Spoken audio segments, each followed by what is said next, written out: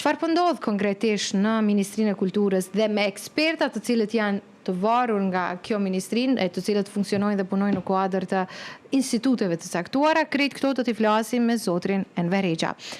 Nderuar, faleminderit shumë për gatishmërinë që gjithmonë të ndani informacione me ne dhe shikuesit tanë. Edhe juve, faleminderit për ftesë. Tani po e kuptoj pse para një 2-3 muajsh, kur i bëra një kërkesë zotrit Gashi që të bënim një reportazh në Kalanë e Prizrenit dhe të prezantonim krejt çfarë po ndodh brenda këtij objekti jashtëzakonisht të rëndësishëm të trashëgimisë kulturore, ai më kërkoi që ta kurseja, jo për shkak të tij, por për shkaqe e arsye të tjera. Duhet të kenë qenë këto arsye apo jo? Po, unë e kom ngrit zonën me din edhe më herët, unë kom pas fatin që të menaxhoj me Institutin Arkeologjik Nikos Gjatë dhe shafive dhe bashkëpunëtorët e mi apo kolegë, kemi kaluar një kohë gjatë zbashku. Unë veç muj me tonë në këtë drejtim kom kalu 10 ministra dhe kom pas ministra që kemi ngrit debat, kemi dalë prej zyres, kemi rroplu dyrët, edhe nuk kanë marrë masa për largimin e njerëzve apo punonjësve, sepse kemi bisedu e përmenë në termin profesionist, apo ekspert profesional shkencor, edhe kemi mbyllë, do me thonë është pjesën natyres, edhe debati, edhe problemi maj madhë që po ndodhë këso ku, jo vetëm në Institutin Arkeologjik, apo të ekspertet profesional, që janë specialist fushave të ndryshme, po edhe ekspertët shkencor. Sepse po ndodhë këto vitet e fundit, sidomos këto 4-5 vitet e fundit, është çrregullu sistemi. Jo që ligji... A duhet të kërkohet patjetër leje nga zyrja për media, nga drejtuesit e zyrës për media, për me dalë dhe me folë për një temë për cilën ke punu krejt jetën, edhe për një temë për cilën ke informacione shumë se sa çdo kusht tjetër që është brenda asaj zyre. Asnjëherë në jetën time nuk kom pas kërkesë për ndalesë, deri në periudhën e ardhjes të Hajrullah Çeko në Ministrinë e Kulturës, i cili tash nuk është ato. Administrata pa të nxjerrë një dokument që e majnë mbrenda, që për intervista edhe për promovim të punëve sanë të njoftohet dy njësia të mbrenda ministrisë, ma pas të lejohet. Dhe kjo është e pa kuptim. Nuk ka unë për veti, po to me karierën time nuk e kam ndalë intervistimin, edhe pse kom pas raste kur nuk ka pëlqyer ajo çfarë është tonë? Ajo çka është tonë, apo edhe gazetarët çka pyesin. Mirë, po kur nuk i kom ik debatit me gazetarët. A ka qenë ndonjëherë më e mbyllur se tash Ministria e Kulturës për dhënë deklarata, për dhënë informacione, për të lejuar prezantim në media të edhe punëtor tjerë, edhe punonjës tjerë. Ekspertëve të fushës. Ekspertët po dojnë me u mbyll goja. Po dojnë mos me bë ankesa, apo mos me ngrit kriter, sepse qasja e shafiut është shumë profesionale, sepse unë e kom ngrit, unë edhe në rastin tim, një nën rrethon prej Çeko, e kom që nuk kom zbatu urdhrat, apo nuk kom bo promovimin e mjaftueshëm, apo edhe kom në kuptim edhe kom dalë deklarata, kom dalë mendim profesional. Shisho edhe ligji, asnjë ligj nuk e ndalon mendimin profesional të punonjësve në fushën veprimtari, hulumtuese edhe shkencore, profesionale edhe shkencore. Kanë të drejtë, është edhe ligji i trashëgimisë kulturore në asnjë vend nuk e sankcionon, por sidomos ligjet edhe të arsimit që janë ligji për veprimtari hulumtuese shkencore edhe të tjera akte normative, askund nuk e marrin të drejtën që punonjësve shkencor, me titull shkencor, me përvojë, me ju ndale drejta e mendimit, sepse në ligjet e arsimit, që në roke edhe neve profesionistët në fushën e trashëgimisë kulturore edhe në arkeologji, mujnë me qenë me vlerësim, me mendim, komplet ndryshe njëna palë me palën tjetër. Apo bohen 3-4 ekspert vlerësojnë, njëni e ka vlerësimin ma pozitiv, tjetëri javë vlerësim për konservim, tjetëri për restaurim, tjetëri revitalizim, që apo di, janë regullat cilat edhe me i dhënë jeni prej ekspertve, nuk mundet mos sankcionu, sepse aja ka bindjen edhe përvojën e vetë, edhe ligji ja garanton mendimin profesional shkencor. E këtu kritika tash, në rastin e Shafiut, unë e vlerësoj që nuk ka qenë kundërshtim, po ka qenë kritik për veprimtarin që nuk po mundet më zhvillu prej institutit, që e kum ngritu në 100 herë edhe të ju edhe në gjitha mediat. Edhe kum ngritë e dini për stape, për konkurset e për tenderat që prap është qaj problem, edhe prap nuk ka me pas zhvillim normal në fushën e disa fushës, sidomos arkeologjia me specifika me... Ne kemi prezentuar disa herë problemet të ndryshme që ndërlidhen me mirëmbajtjen e aseteve të trashëgimisë kulturore, më saktësisht arkeologjisë, në cilat ka pasur investime milionshë, e që thuhet që nga viti 2019 e tutje ka pasur një mirëmbajtje shumë të vogël, nëse mundemi me thonë kështu.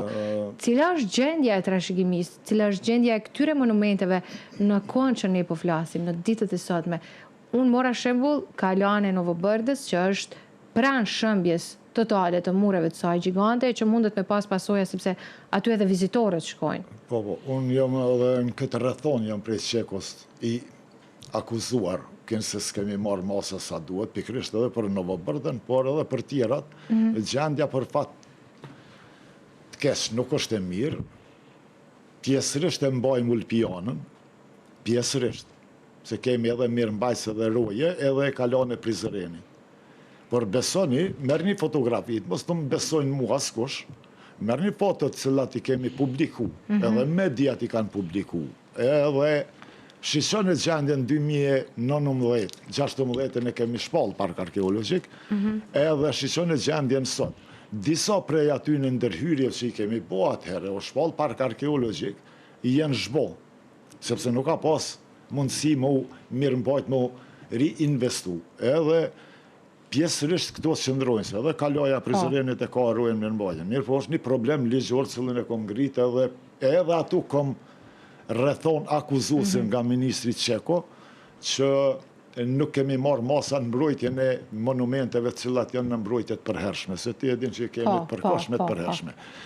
Edhe atu unë kom ngritë zënin, vitin 2021 dhe 2022, edhe i kom dhonë raport një këshillit Kosovës për trashëgimie, dhe një institucion në parlament, dhe mere me manë, me ato vlerësime që unë i bëj për këshillin që kërkohet, edhe kom që një obligum si drejtor menaxher me i dhonë, a i më akuzon mu.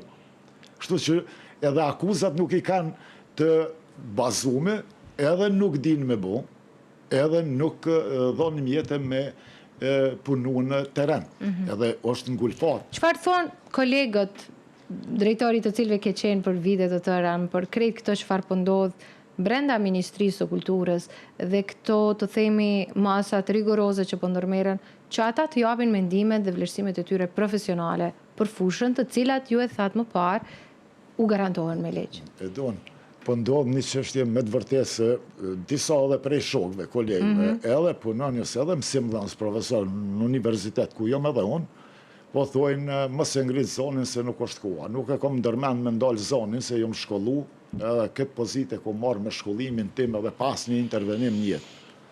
Edhe nuk e kom ndërmend me ndalë zonin, pavarësisht politikave të caktume, apo do akteve që i shesin me marrë leje, nuk do të marrë kur. Mund ndoshta në rastin tim edhe më këthen, por zonin edhe përgjigjet, edhe gazetaris, apo edhe media nuk do t'i iki asnjëherë. Kur të dojnë, ndash mës të më këtejnë, ndash dhe të më këtejnë zonin sun manol, se shkollën e kom pagu unë, edhe me dijen time kom arrit këtë nivel, edhe po thojnë ka njerë po folë ma tepër se që duhet po akuzon. Është eksperti, një njeri i cili nuk kritikon, në profesionalizëm edhe në shkencë, nuk është ekspert i mirë. Kritika është vlerë, kritikën të na për morin sullum. Fati i këtë që shro po politika, krejt njoni tjetërin po dojnë me shkatru për inate personale apo interesa partijake. Unë gjendjën e kolegëve që janë për institucione për çdo ditë e shijoj. Nuk guxon askush me dalë me dhonë vlerësim kritik apo edhe me thonë u dëmtu një monument. Nuk guxon sepse i kushton me punë. Me vendin e punës. Disa raste tash, janë disa raste që janë largu 3-4-5 njerëz, disa janë këty, disa janë proces, sepse për fat mirë unë edhe në debatin më të lartë me ministre, kom thonë që shteti edhe pushteti dallojnë.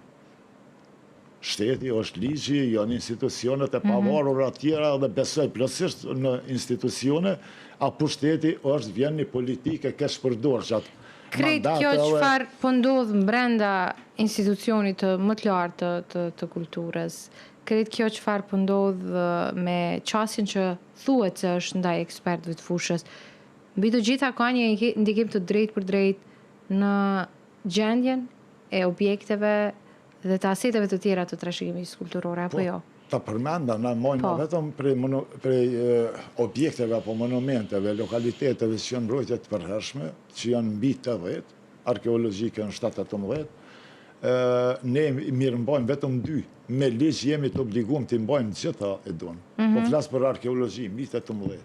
Ato duhet të ketë përkujdesje, duhet të ketë mirëmbajtje, duhet të ketë roje, e për fatin e keq këto ne I kemi shtin ligje, edhe disa herë ju këmë thonë, edhe në vitet 2016, edhe ministra të tjerë, mos merrni hapa të ngutshëm, sepse nuk po mujmi me mri, as me kapacitete të punonjësve, se tash kemi bile një bagazh më të madh, kemi arkeologë janë shkolluar këto 4-5 vite, disa doktora shkenca utri, ma herët kemi qenë që thojnë deficit, me I lyp, me që thojmë na me kakall, një fjallë popullore, tash jenë kriju kuadrat, po vendet punës të mëdha nuk ka, edhe një problem është që edhe këta që pe menaxhojnë Ministrinë e Kulturës, une nuk muj me vlerësu që nuk është krejt vetëm politike, po është edhe mos përvoja dhe mos dije. Cilat janë pasojat, ose më mirë të themi, cilat do t'janë pasojat e krejt kësaj qasje? Pasojat janë për çdo ditë për humbje, Novo Bërden për shembull, në vitin 2021 ju ka dhonë leja kompanisë sërbe atër që e bëshim politike, dhe unë I pa ta thonë ministrin, mos e bo politik, çështjen që menaxhon UNESCO-ja, edhe Bashkimi Evropian ka qenë financues, sepse ne, Kosovarët, nuk mundemi me ushty në ata, nuk kemi fuqi, nuk kemi ekspert, edhe nuk e kemi besa dhe bazën e argumentit, ju dha leja 2021, u morën do masa preventive të murë dorjeta, për fizikisht me rujt njerin që shkon rasisht. Edhe e patëm mshel për vizitor, por po heken ato litarë, edhe nuk ka roje që to e 24 orë, për ata edhe u problemi. Edhe ajo është monument në mbrojtjet përhershme që duhet më rujt 24 orë edhe më mirë mbaj. Edhe unë ndalu. Ato unë ndalu politikisht me një raport I cili ma shumë është raport politik, se sa jo profesional, edhe ju ndalu e drejta, dhe ati që kemi humbë ato. I kemi humbë nesër fillon një ekip, edhe kjo aktualja që është qeverisja aktuale, me marë revitalizimin apo restaurimin e objektit, ka me shku 100.000 euro. E ne I kemi humbë që ato 100.000 euro sot që mundemi me I dhonë, edhe e kemi degradu për 4-5 vjetë lokalitetin që ato dëme, në qofë se ka qenë, po marë shambull renovimi, restaurimi 100.000 euro, atër tash ka me kushtu 4-500.000, sepse objektet në teren, lagështia, kushtet atmosferike, koha, e bën degradimin edhe për fat keq, kështu pëndodhë, që pëndodhë me objektet, monumentet cilat po restaurohen. Gjamia Gurit 2-13 vjetë, e Mingjiku muzeu 7 vjetë, muzeu tash 2-3 vjetë, teatri ka mbet që 3-4 vjetë, do me dhonë nuk jemi të enzon hapin me punën edhe është mangësia edhe administrative, do me dhonë menaxhimi, po edhe mungesa e mjeteve financiare, sepse dikush po promovon që po punoj mirë, po pare për arkeologji, këto 5 vite janë dhonë në minimumet e minimumeve sa, unë veç muj me të thonë që kom pas vit ku kom zhvillu 40 projekte. E pare në trashëgimisë janë dhonë që 3-4 vjetë, vetëm sa një projekt që ka kushtu në është në vitin me hershme. Fatkeqësisht.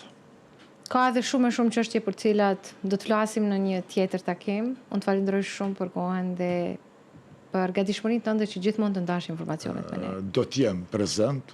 I falenderoj mediat gjithherë këmë qenë falenderues edhe qytetarët e Kosovës që më kanë respektu anë e këndë Kosovës edhe masat kur I ku marë, edhe kur nuk këmë ditë me ju bo as dëm, as e këmë pas qëllimin edhe jemi knas me gjithjen ma të vogël, e tash këto klimat pëndrojnë. Faleminderit për